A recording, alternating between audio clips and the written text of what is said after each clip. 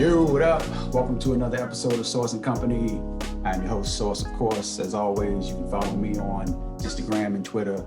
I don't even know why I say Twitter because I'm never on Twitter, but Instagram and Twitter, at Smitty Source on both of those. The show's Instagram is Source NCO Podcast _RVA. And you can follow or subscribe to the Source and Company YouTube, Spotify, Google Podcast, and Apple Podcast channels. All right, cool. Let's get into it. So today's company is an 804 804 person. I want to say 804 kid, but he's a grown man now. Hermitage High School standout in football who moved on to the University of Richmond and touched down in the NFL for a couple years. And now he is what I would like to call it, a cannabis enthusiast. He is a cannabis entrepreneur, has his own business, and we're going to get into all of that ASAP. Today's company, Brian Brown. What's good, bro? What's going on, man? Thank you for having me on the Zoom call this time. Yeah. We had you on these Sports Bar podcasts a while back. Actually, you were still in college at that time. And that would definitely appreciate that. And yeah, we had to get back to it, man. It's a whole new lifestyle for you at this point. So yeah. How you feeling? What'd you say? It kind of cut out. How you feeling? I feel good. I'm figuring out what I want to do, trying to navigate, all that's going on in the world right now. On the verge of coming up on my 1-year anniversary for my business, and trying to spread that all throughout the Richmond area. Yeah, your business, Laruesson. Yes. I had to make sure I pronounce it correctly. Laruesson, tell the people what Laruesson is, and then we'll get into that. Okay, so Laruesson is a hemp CBD company. It's hemp is cannabis, so I am considered a cannabis company. And what hemp is, it's not marijuana. I like to call it the cousin of marijuana. It produces the same things, but the effects of it are a lot more watered down than marijuana. And it's been legal, or hemp has regained its legality since 2018. And I kind of came across it playing football, getting hurt, trying to extend my career naturally and not get on these pain pills, which I was on, and it worked for me. So now I'm trying to bring it back here in a state that is a little bit conservative when it comes to cannabis. So conservative when it comes to a lot of things, but yeah, yep. Cannabis would be included in that. Man, so the pills, huh? Yeah, and I definitely want to hear about that. Mm-hmm. Not too graphic, but I want to hear about that just because I don't think people care, enough or really pay attention to what all goes into being a professional athlete, man, because injuries, and you can't be injured. There's no time to be injured because once you're injured, they forget about you. They move on to the next person, whatever the case may be. So availability is one of the best abilities, as they say, something like that. I definitely agree. It was when I came out of college, I had separated my shoulder and I had fractured my back. So, continuing to play football wasn't going to help at all. And when I first got to Dallas, which I had signed undrafted free agent, I first got there during OTA times. And, this OTAs isn't really real practice. And I found myself needing like Aleve, Advil, Tylenol. I tried it all. And I knew like I shouldn't have been doing that at the time, but I mean, I had to. Essentially, I had just gotten there, trying to prove myself as an undrafted person behind, 2 drafted receivers and a bunch of other veterans in my position. And then, I unfortunately had to just stick that out. And by the time I had left Dallas, I was like, all right, yeah, I'm just gonna. I actually came back here. So I left Dallas, came back here in 2018 when CBD was legal, came across it, started using it in my training regimen, and now I have a company. So it definitely made a difference in your life, clearly, because Yeah. and I guess you see that it's going to make a difference, can make a difference in other people's lives as well. Hmm. Well, let's go back. Let's take it back. We're gonna get back into the hemp talk, but let's take it back to the younger days. Let's go back to the younger days real quick. Hmm. So you played. I like to ask people where they played. Where did you play Little League? I played at Laurel. Of course, you played at Laurel. Yeah. Had to know it was gonna be Laurel. Um, a lot of a lot of people. I don't know what it is. I think it's because my wife went to Hermitage because I went to Manchester, but Okay. in the West End, Glen Allen, and I seem to have met and developed relationships with a lot of people. They go to Hermitage, and even this is my like 45th, 46th podcast. I've had at least 5 Hermitage people on here, which makes no sense at all. Not even my school. Okay. Yeah, that is interesting. That is pretty interesting. Yeah, yeah. So, what when I say Hermitage football, when I say Hermitage, what comes to mind? Well, definitely football. It was one of those things when I got to Hermitage, I as a freshman, as a ninth grader, I already knew like what to expect. I already knew what to do. I already knew how to carry myself because I would always be at their Friday night games before my little league games at Laurel with my jersey on. So I was exposed to that culture early in my life. I already knew what was up when I got there. So, but when I think about it, it's a lot of good memories, a lot of friends, pride, of course, as you already know. But it was a good time. So, what led you to U of R? So in my recruiting process, I had three offers. The first one was East Carolina, the second one was Pittsburgh, and the last one was Richmond. Richmond offered me the summer, one of the summer workouts right before training camp. And pretty much to make a long story short, I just took too long to commit. So the recruiting process, colleges send out 30 offers and and they're only allowed to bring in 10 people. So unless you're, a high recruit, 4-star, I wasn't. If you're a high recruit, then you have priority. They'll make a spot for you. If you're not a high recruit, then you have to kind of just take what's given. And I chose to wait. So Richmond was there. I hate to say it. I hate to make it seem like I was forced to go there or they were a last resort because I enjoyed my time there 100%. But that's how I ended up at Richmond. Hmm. Well, it seemed like Richmond was a great spot for you because every time I looked around, you know, 8 catches, 100 yards, 7 catches, you were putting up numbers on a regular basis. What is that Richmond time? You said it, 100% that you enjoyed it. What is Mhm. it about the Richmond time specifically that most appealed to you?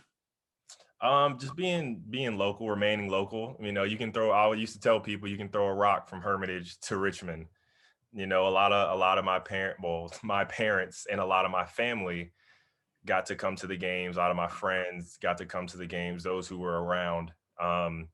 So Saturdays were just as much a party for them. It was a party for them, but it Yeah. was game day for me. But it was a party for them, and having that support there at every single home game, that's something not a lot of my teammates, especially ones who weren't from the area, didn't really get a chance to have. Yeah, I feel you on that. Trust me, my oldest daughter, she is at Virginia Tech. Hmm. We had a party, like, and she cheered. She didn't play football, We had a party every time we went up there, tailgating, have a good time. We had a ball at most home games that we could get to over the past 4 years. So I know it was a party if it's in Richmond and it's right down the street from Oh yeah. man. So you went into you actually, you went to the league as we spoke of previously. What was the draft time like? Was it I'm hoping I get scooped up. I'm expecting to get scooped up, or Mhm. was it like disappointing? It was nerve wracking actually because my initial goal was to go to college, and now I'm sitting here in this draft day. And I'm about to go somewhere. Right. So coaches were calling my phone. Most people go through this. Coaches call your phone and say, "Hey, is this a good number to contact you by?"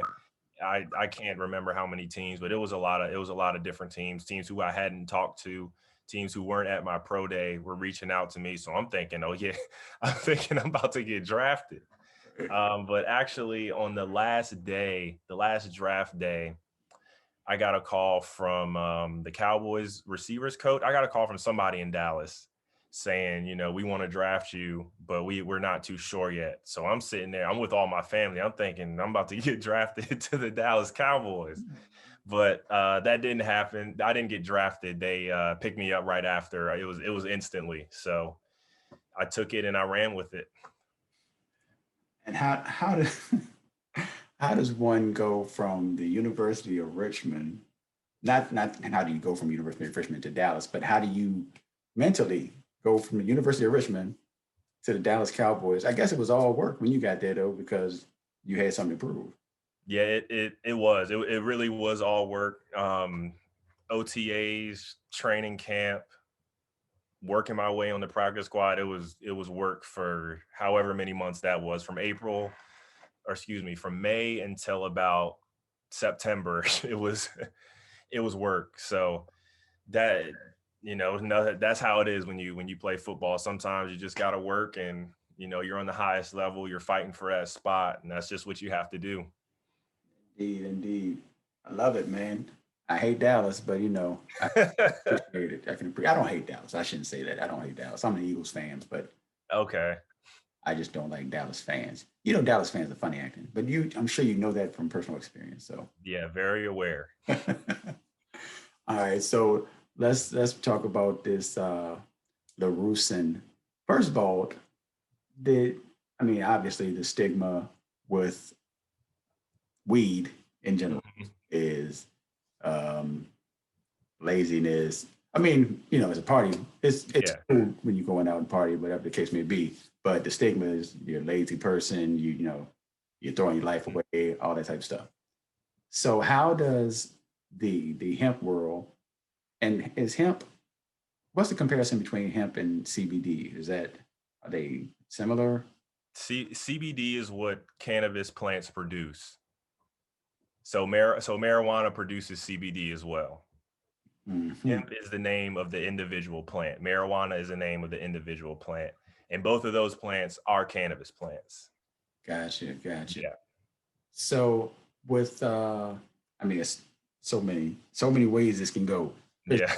you pay attention to the obviously you pay attention to the legal aspect of it because you have to, being that it's your business now. How has this process been for you? First of all, how did you even get down this road? Because you said it was from the injuries and dealing with trying the pills.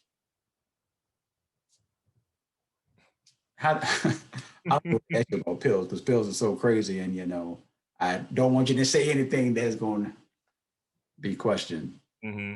But let's stick with the weed. Let's stick with the cannabis. Okay. Into how did you really get into the idea of a business in dealing with cannabis?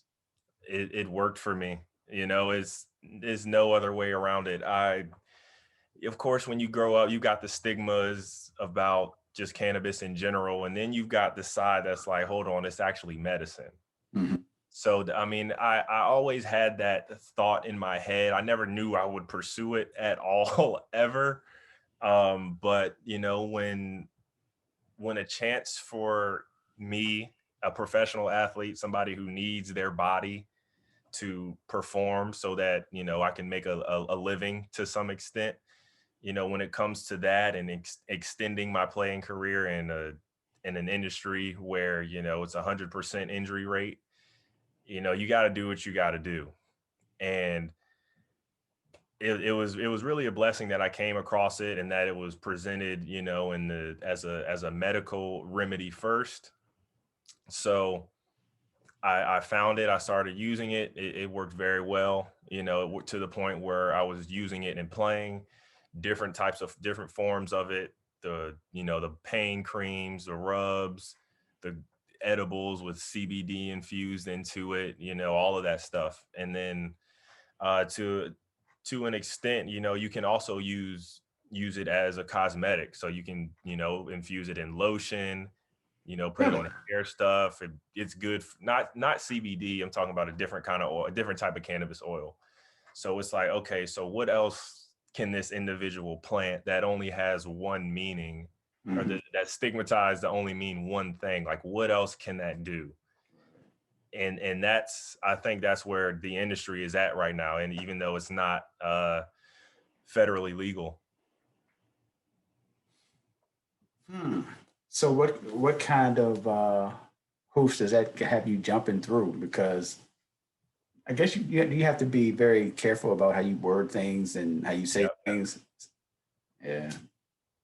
So has that been an issue? Have you had any issues thus far? You say you're pulling up on your 1 year anniversary for your business. Hmm. Actually, so before starting your business, was it your connection was just using the products? You said what was my connection? Yeah, yeah. That's exactly what it was. So I got to play in the AAF. That was the league, for those listening, the league that like shut down, not the XFL, the one before that. Right. Shut down like league like week 6, week 7. I was in San Diego, so I could go to the store and get, you know, pain rubs, stuff that'll help me sleep, help me focus, stuff that I could try out, stuff that I could put on my body to help the current injuries that I had and go out and play.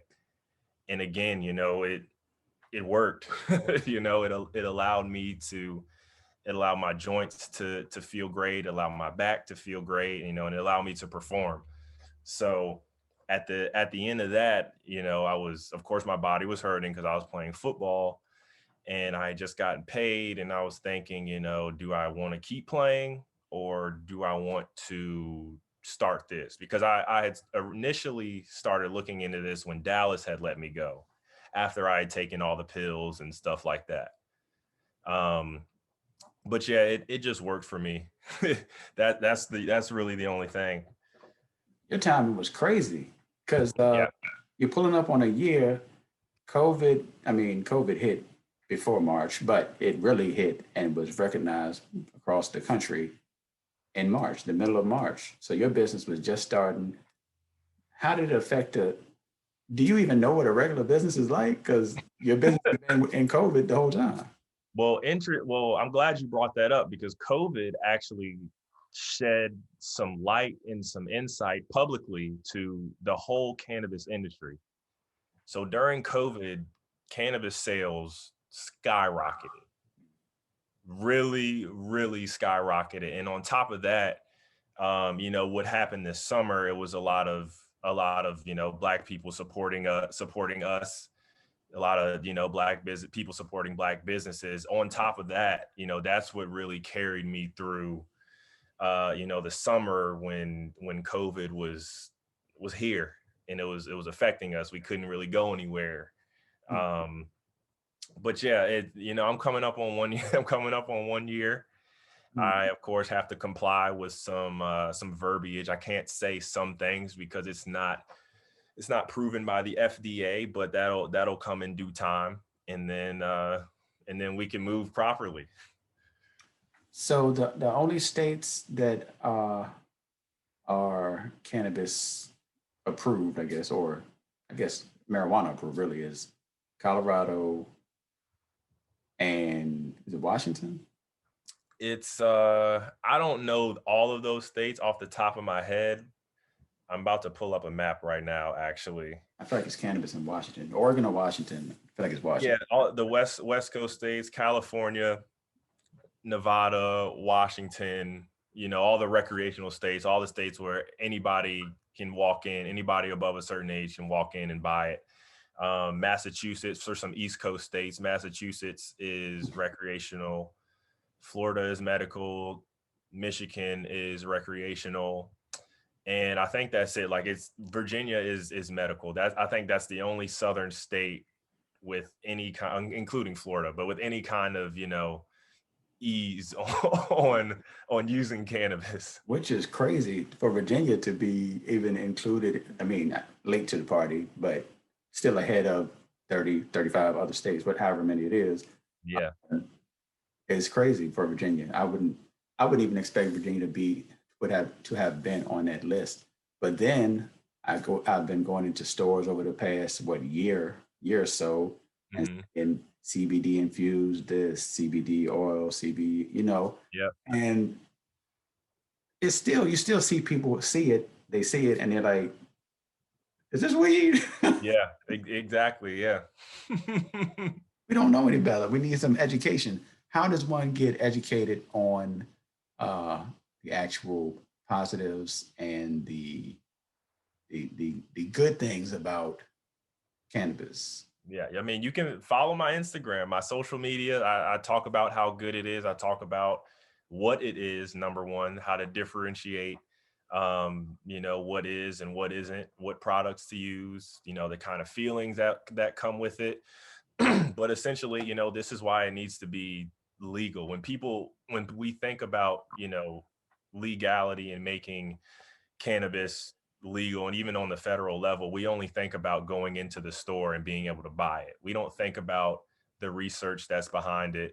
We don't think about the federal research, funded by the federal government and these colleges who can research it and be like, okay, we actually need to be taking in this amount of THC, or we need to be taking in this amount of CBD, or only people with these problems use this product.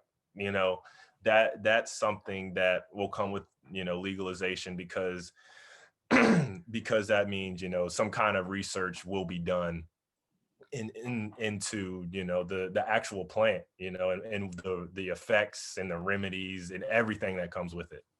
Yeah, because we're not there yet. Even I don't know that we're even there in states that have been more open recreational Hmm. years. Well, California was medicinal, but it was recreational for real. Like it was, Yeah. everybody had a weed card for real. Yeah. From what I've heard, I shouldn't say that like I lived in California, but everybody had access to legal marijuana in California. I feel like that's true, right? Oh yeah, if you're if you're of age, I'm not sure if it's 18 or 21, but if you're of age, you go there, give them your ID, they scan it. I guess they put it in some kind of database, because you can only take out but so much. You can Uh, only buy but so much per visit. So that you can just walk in there and they'll go in, and it's like walking in an Apple store. It's the ones that I was going to in San Diego, a lot of them were really well funded in terms of what it looked like on the inside and the products that they had. well, you got. I mean, off the top, you got to probably expect that because you can't be halfway with your money and going into the marijuana business, Yeah. especially when your company. I mean, I guess it's any company when it's not established. But that kind of speaks to trying to go into the marijuana business, and well, I shouldn't say marijuana business, the cannabis business. There you go. I know weed, man, marijuana. That's what I'm Like, used to. yeah, absolutely. I was there too. I was at that point too. Yes. So, and let's backtrack a little bit.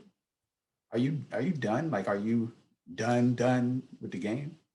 With football, yeah, I'm not pursuing it anymore. There to the wear and tear, the mental, or the fact that you just want to do something else. I'd say it's really all three.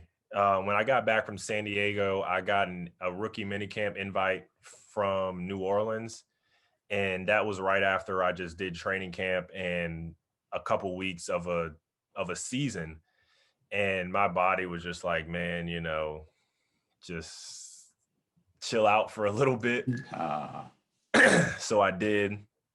I chilled out for a little bit. I tried to get back into it, but because when you're a free agent and you're not one of these staple guys on the NFL team, you're waiting for the phone to ring. right. And you after you play for a couple years, and it's like, okay, you have money to really do what you want in the meantime. And I had a degree, so it's like, I don't have to. I'm not going to say break my neck, but I don't have to, really, really try to get this anymore. That's how I was thinking. Some people don't think like that. But again, I knew what I wanted to do. I knew I wanted to do this in 2018. So whenever it got to the point where my body couldn't take it, it's like, okay, that's the kicker right there.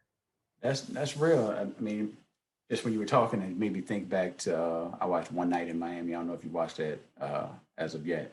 The story of Sam Cooke, Malcolm X, uh, Jim Brown, and I will watch it though. I yeah, will. they got together the night. It was the night after Ali won the title, and it's fictional, but they actually got together in real life. But if Mhm. you think of Jim Brown, who decided to stop playing at, I think it was 28, 29, Yeah. and pursue something else. And to me, it had a lot to do with not only entertaining the masses and seeing that the masses at that time didn't necessarily look like you in stands and all that type stuff. Yeah. Also, the wear and tear on the body and the mental, because we don't think about that. We don't think about that. We only look at players that we know by name, by face, Mm-hmm.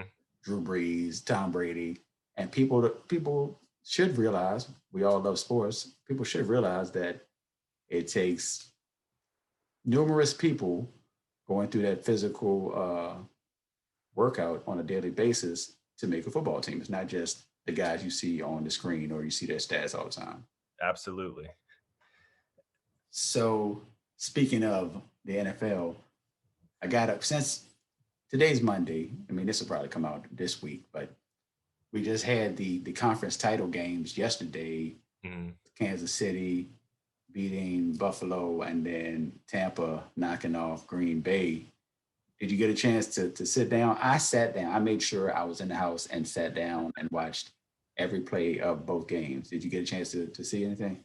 I did. I like watching Brady play. Brady knows how to win.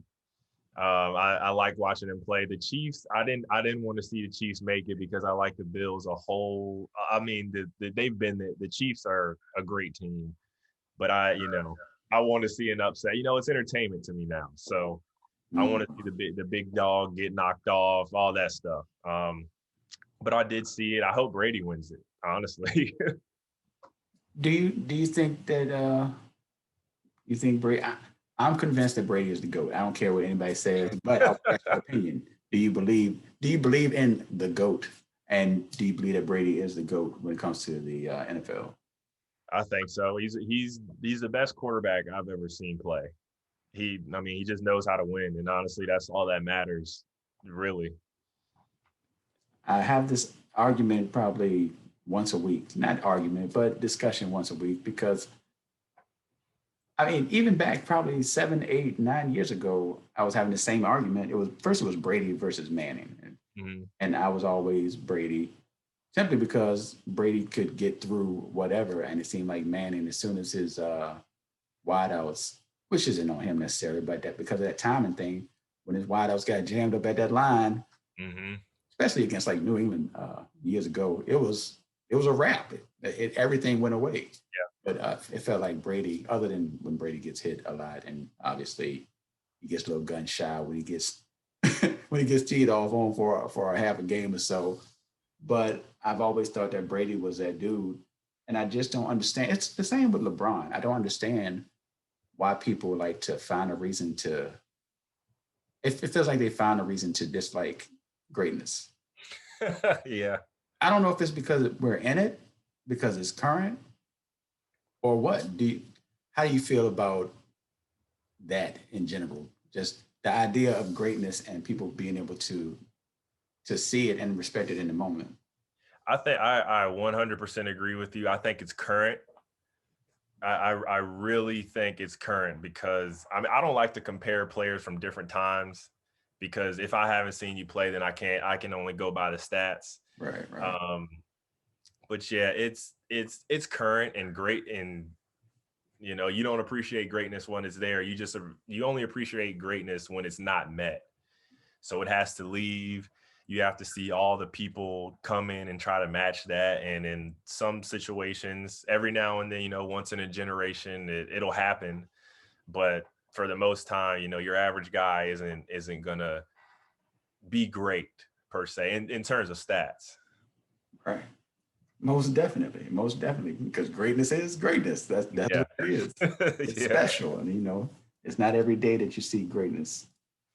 So what's next? What's next for Laruesson? Right now, I just put out my second line of products. My 1 year anniversary is February 1st, first day of Black History Month. That was 100% timed. Mm, I still remember that day when I released it. I was just incredibly anxious because this was in 2020 and I had been planning this since 2018.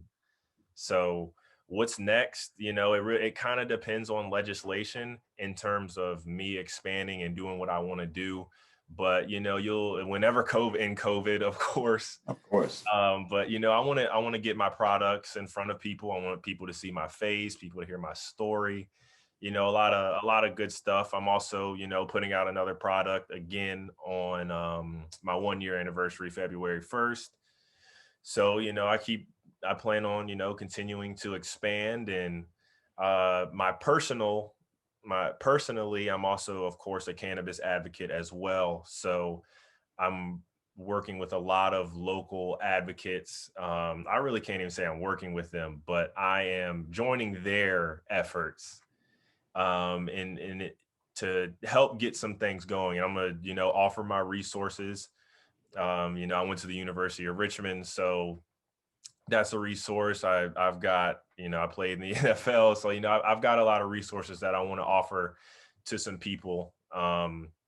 For my personal thing, but my business, new products, expanding, getting in front of people. I'm really focused on the state of Virginia, of course, because it's the legislation goes from state to state. Every state will be different. So definitely focusing on Richmond right now in terms of expansion, but eventually, this will be a statewide operation. Dope. That's dope. So how do people? I mean, I'm sure I'll put it on the screen, but just so they hear it from your voice. Plus, the podcast side of it, Yeah. Spotify. How do people follow you? Yeah, follow you on Instagram or wherever you like. My Instagram, Facebook, and Twitter, they're all at Laruesson, Laruesson. You can see me, you can find it on there. It's information on cannabis from hemp and marijuana, the differences between both, what CBD is, what THC is. You'll see me on there, promoting the products and things like that as well. I do giveaways, I collab with other people. I do this summer, and I forgot what month it was. It might have been July. It might have been June and July. I did a fundraiser where I took all the profits from those 2 months. It was $500, and I donated to the Virginia Organization for the Reform of Marijuana Laws. That was crazy. When I started this, I didn't think I would be doing anything like that, but that's one of those advocacy things that I look forward to doing and continuing to do. So social media at Laruesson, Laruesson, Instagram, Facebook, and Twitter. Dope. That's dope. Last question. 10 years, 20 years, however many years from now, where do you see the uh, the world of cannabis as far as, I guess it can be for Virginia or just for the United States, the world as a whole, whatever your vision is. I'll speak on both Virginia and federally. So in Virginia, unfortunately, I don't have control over legislation. I can try, I can talk to the advocates, but it's not up to me. So I see the state in a way, or in a context that has expunged anyone with a marijuana possession or marijuana related conviction, and that has at least offered them the opportunity to be reinstated in the industry, however that may be, from the farm to breeding to extracting or getting the oils that are infused in the products. and, retail operations like myself. That's what I see. That's what I'm really trying to get. That's what advocates are really trying to get. So hopefully that'll go through. I'm going to try to use my resources to get that as well. As far as federally, I definitely see it becoming federally legal. I don't know when. I wish I did, but I don't know when. And this is what I see. But again, I see a lot of minorities on the supply chain to get this thing going. It's impacted us. It hasn't impacted me as an individual, but I've seen my teammates from high school, college, and professional lose out on, scholarship money, lose out potential scholarship money, Yeah. lose out on actual scholarship money. And then in the NFL, of course, guys are getting busted for marijuana as well, considering, it's medicinal benefits. So that's where I see it. A lot of we call that social equity in the in the industry. So a lot of social equity programs, state to state, definitely in Virginia. And I said that was the last question. One more thing I meant to ask you, not related to you, but football player, former Ricky Williams. Mm-hmm. Is Ricky Williams the Martin Luther King of football players when it comes to marijuana? I will have to do my history on that. I've talked to him. Yeah. I mean, it's crazy how closely knitted people can become over this plant. But he's definitely an advocate for it. He's got his own brand, of course. Yeah. He's got his own brand. I've used it. It works well. It's great. But for my generation, looking back, I certainly didn't understand it at that time because I believe I was in elementary school. But yeah, he's one of the first that I've ever seen do it, and he's still doing it. To be honest, he's got a brand and he's capitalizing off of what cost him, his job. Yeah. So I would say so. That's real. That's real. Well, Brian, I appreciate you taking the time to join me today, man. Any last words for the people before we bounce out? No. When you plan on putting this out again? It will be out this week. It will probably be out. It's all on my editor. My editor, hey Kelsey. It's it's on my editor, my daughter. Hey Kelsey. she's in college, but she hooks me up in between classes. She'll get it. So shooting for Wednesday, Thursday. Okay, well, if this comes out before then, or this comes out during that time, I have a giveaway in a couple days. I haven't announced it yet. This is my first time announcing it if it comes out before February 1st. So we have a giveaway coming out. We have multiple giveaways. I'm hitting a lot of goals in terms of, what will trigger some giveaways. So we're going to do a couple of those. And I think that's it for me. Excellent. That's dope. Definitely be out before February 1st. Once again, Brian Brown, Laruesson, holla at him, and Sauce. Out here.